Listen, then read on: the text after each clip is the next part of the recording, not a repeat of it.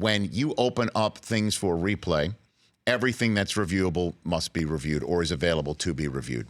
And so fans want this in place to correct what happened in the NFC Championship game from never happening again, and I'm sure you feel obviously the same way.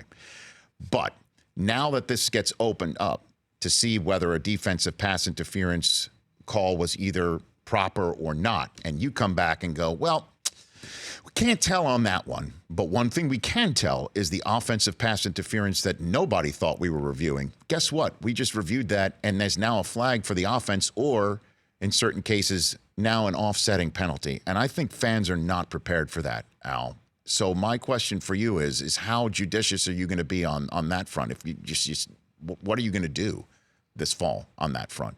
So we go back, Rich, to reviewable aspects of the play. Let me give you another example. Right now, quarterback rolls to the right. There's a pass downfield 20 yards. We rule incomplete. Mm-hmm. Offensive coach challenges and says to you, the referee, hey, Rich, I want to take a look at that. I want to review it because I think that was a completed pass. Mm-hmm. Great. Mm-hmm. Now, we go back and review the entire play. As a quarterback is rolling out, he is being tackled. And just before the knee hits the ground, we have to look at whether the ball is released or still in his hands. Let's say as we're reviewing that. Why? Because it's a reviewable aspect of the play. His knee is down. Ball's in his hand. We don't even look downfield. The play is over. We put it down right there. Why am I giving you this? Because now pass interference is a reviewable aspect of the play. So if you challenge for whatever you want to challenge, in this case, the example I showed was for DPI, yes, defensive pass interference. If it's clear and obvious, I go back to that term, if it's clear and obvious that there's a reviewable aspect of the play that we can look at and reverse, and in this case, it happens to be offensive pass interference, then we stop there and we say, okay, we now have clear and obvious visual evidence that there is a foul for OPI, offensive pass interference. We put a flag down. Now we look at the defensive pass interference and treat that one. So you go step by step, and then you make a decision. The same way we went step by step on the quarterback's knee going down before we had the completion downfield, same way here. Reviewable aspects of the play. Well, how about this, Al? Then let's just use this same instance. Quarterback's rolling out, makes a throw, and it's complete. Okay? And it's complete. And the defensive coach says, I think he was down. I think he was down. And then, so now he's challenging that.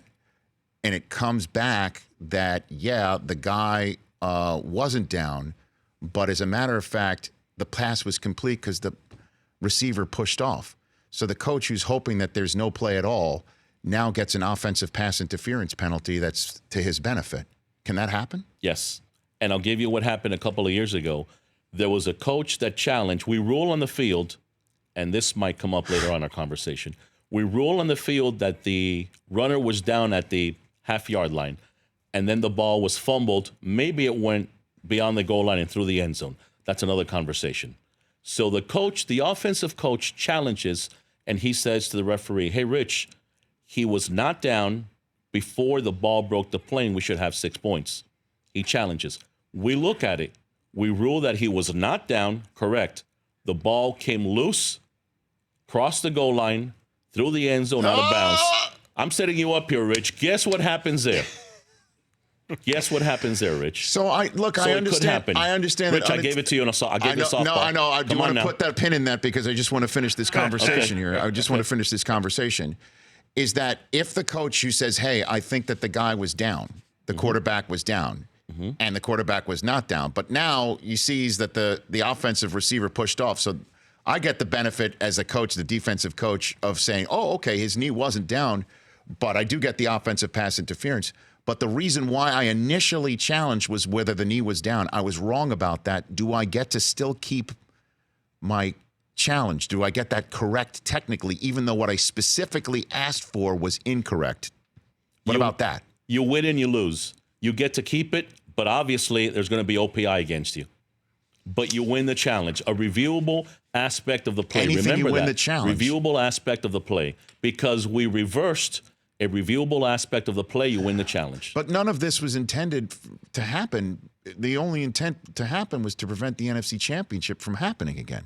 You see what I'm saying? Like that there's going to be so many instances now that this is a reviewable play that suddenly the reason why this was put into place is now totally spun in a different direction. Do you like this? Well, remember again, you can equate it to many other things, but once you open up replay, Yes. and once you have a replay set and we're Yes. looking at things, Right. every reviewable aspect. No, Now, I you're know. right. You take OPI and DPI, and you can challenge for something else, and we can bring that in. But we can bring it in for any other reviewable aspect of the play. No, I know. Not just for OPI, DPI. So what about removing OPI and DPI from the bucket of plays that could be reviewed anytime? That you must only specifically ask for that to be reviewed for it to be either overturned or put on the field. Like let's just remove this from the bucket of, well, everything's reviewable that can be reviewed, so it's too bad. Because it seems to me that we're totally getting out of the reason why we did this in the first place, Al. What about that idea? So you were in the room when we discussed it, right?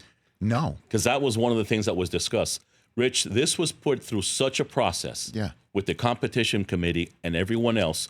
And that's one of the things that we talked about, really. Do we take OPI and DPI and put it in a different box? I think you need to. And have different rules just for, as far as replay? That was discussed. And why was that not? Because at the end of the day, we want to be as consistent as possible with everything we do, including replay. Leave it in there with everything else. Remember, it's a 1 year. It's a 1 year rule. Right. So we will come back. We'll give them all kinds of stats. The competition committee will sit down again and say, where do we go from here? For more of The Rich Eisen Show, tune to Audience Channel 239 on DirecTV for free on BR Live or download The Rich Eisen Show app.